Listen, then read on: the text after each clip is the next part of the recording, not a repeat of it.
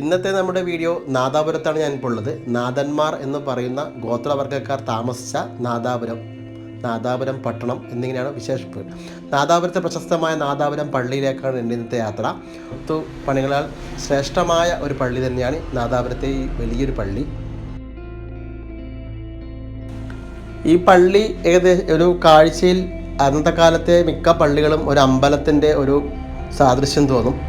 ഇന്നത്തെ ആശാര്യന്മാരുടെ തച്ചന്മാരുടെ ഒരു ജോലിയായിരുന്നു. അങ്ങനെ എല്ലാ പള്ളികൾക്കും പഴയ പള്ളികൾക്ക് ഒരു അമ്പലത്തിൻ്റെ മുഖച്ഛായ ഉണ്ടാവും. വളരെ നല്ല ഭംഗിയുള്ള പള്ളിയാണ്. ഇതിൻ്റെ ഉൾഭാഗം ഞങ്ങൾക്ക് കാണിക്കുന്നുണ്ട്. ഒരുപാട് പ്രത്യേകതയുള്ള വലിയൊരു പള്ളി, നല്ലൊരു കുളവുമുണ്ട്. എൻ്റെ 5ാമത്തെ വീഡിയോ നമ്മൾ 3 വർഷം മുന്നേ സ്റ്റാർട്ട് ചെയ്ത സമയത്ത് 5ാമത്തെ വീഡിയോ ഞാൻ ഇതിൻ്റെ മുന്നിൽ നിന്ന് ഇൻട്രോയിൽ എടുത്തിട്ടുണ്ട്. എനിക്ക് ഏറെ ഇഷ്ടപ്പെട്ട ഒരു പള്ളി തന്നെയാണ്. അതുപോലെ ഇതിൻ്റെ പല ഭാഗങ്ങളിലും കൊത്തുപണികളും അതുപോലെ ഗ്രാനൈറ്റ് തൂണുകളെല്ലാം ഉണ്ട് ഇതിൻ്റെ ഉള്ളിൽ. അതൊക്കെ ഞാൻ വീഡിയോയിൽ ഉൾപ്പെടുത്തിയിട്ടുണ്ട്. ആദ്യമായിട്ട് കാണുന്നവരെന്തായാലും സബ്സ്ക്രൈബ് ചെയ്യുക, അതുപോലെ മാക്സിമം ഷെയർ ചെയ്യുക. നിങ്ങളെ കമൻറ്റ് എന്തായാലും കമൻറ്റ് ബോക്സിൽ ഇടുക. ഏകദേശം 20 വർഷത്തോളം കാലം കൊണ്ടാണ് ഈ പള്ളി പണിതുയർത്തിയതെന്ന് പറയപ്പെടുന്നു.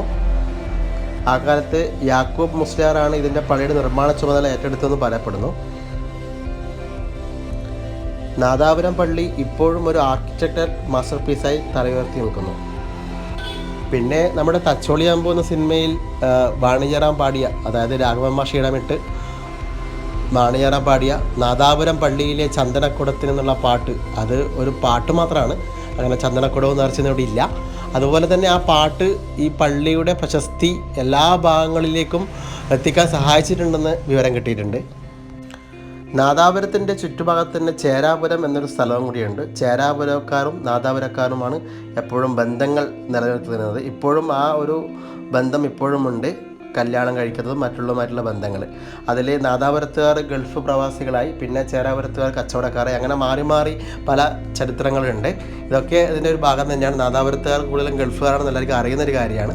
ഗ്രാനൈറ്റ് തൂണുകൾ വലിയൊരു ആകർഷണം തന്നെയാണ്. ഇതിൻ്റെ 3 നിലകളായിട്ടുള്ള പള്ളി വലിയൊരു സംഭവം തന്നെയാണ് ഇതിൻ്റെ ഉൾഭാഗത്ത്. അപ്പോൾ നമ്മൾ ഉൾഭാഗത്തിലാണുള്ളത്. ഇപ്പോൾ ഉൾഭാഗത്ത് നമ്മൾ 3ാമത്തെ നിലയിൽ ശരിക്കും കയറിയാൽ ഫുള്ള് മരത്തിൻ്റെ ആർട്ട് വർക്കുകളാണ് കൂടുതലും. ഫുള്ള് തേക്കിൽ പണിത ഒരു പള്ളി തന്നെയാണ്. ഇതിപ്പോൾ 2ാമത്തെ നിലയിലാണ് ഉള്ളത്.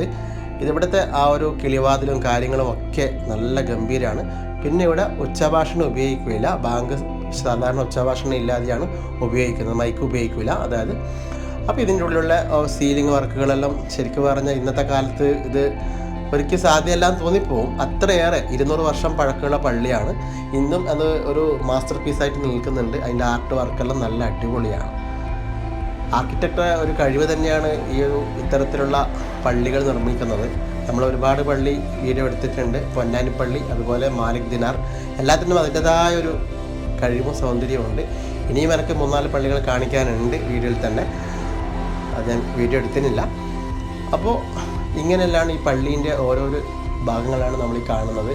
വാതിലുകളും താഴോട്ട് നോക്കുമ്പോൾ നമ്മളെ നാദാപുരത്തെ പട്ടണങ്ങൾ ദൂരത്ത് കാണാം. ഇന്നത്തെ ടൗണും അല്ലേ. അന്ന് കാലത്ത് ഇങ്ങനെയൊന്നും ആയിരിക്കില്ല നാദാപുരം ഭാഗം. പ്രത്യേകിച്ച് നമ്മുടെ വടക്കേ മലബാറിൽ ഉണ്ണിയാർച്ചയുടെയൊക്കെ ശരിയായ ഒരു സ്ഥലം തന്നെയാണ് നാദാപുരം.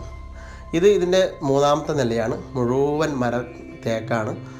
ഒരു വല്ലാത്തൊരു ഫീലിംഗ് ആണ് നമ്മൾ നേരിട്ട് കാണുമ്പോൾ. ഇതിൻ്റെ ആ ഒരു വർക്ക് ഇന്നത്തെ ആർക്കും ചെയ്യാൻ പറ്റില്ല എന്ന് വേണമെങ്കിൽ പറയാം. അത്രയേറെ വൃത്തിയുള്ള ഒരു വർക്ക് തന്നെയാണ്. അത് ഏത് കാര്യം എടുത്താലും നമ്മൾക്ക് പഴയ കാലത്തെ അമ്പലമായാലും പള്ളിയായാലും എന്തെന്നായാലും അതിന് ആ വർക്കിൻ്റെ ഗുണം നമുക്ക് കാണിക്കും. പലതരത്തിലുള്ള വലിയൊരു പള്ളി, വലിയൊരു ആകർഷണം തന്നെയാണ്. നമ്മൾ നാദാപുരത്ത് വന്നിട്ടാകുമ്പോൾ ശരിക്കും പറഞ്ഞാൽ ഈ ഒരു പള്ളി എല്ലാവരും കണ്ടിട്ടുണ്ട്. എല്ലാവരും കാണാത്തവരുണ്ടെങ്കിൽ എന്തായാലും കാണണമെന്ന് ഞാൻ റെഫർ ചെയ്യും. അത്രയേറെ സൗന്ദര്യമുള്ളൊരു പള്ളിയാണ്. ഈ ആർട്ട് വർക്ക് വലിയൊരു സംഭവം തന്നെയാണ്. അപ്പോൾ ഇവിടുത്തെ ഒരു ഐശ്വര്യം തന്നെയാണ് ശരിക്ക്. ഈ നാദാപുരത്തുകാർ ഒരു ഐശ്വര്യം തന്നെയാണ് ഈ ഒരു ഭാഗത്തെ ഈ ഒരു പള്ളിയും ചുറ്റുഭാഗത്ത് കാണുന്ന വലിയൊരു കുളവും എല്ലാം ഒരു നൊസ്റ്റാൾജിയാണ്. പഴമ നിലനിർത്തിക്കൊണ്ടുള്ള ആ ഒരു സൗന്ദര്യം. പള്ളി പണിതതിൽ മുഖ്യ കാർമ്മികത്വം വഹിച്ച ആൾ നമ്മുടെ നാട്ടുകാരൻ തന്നെയാണ്. കണ്ണൂർക്കാരനാണ്.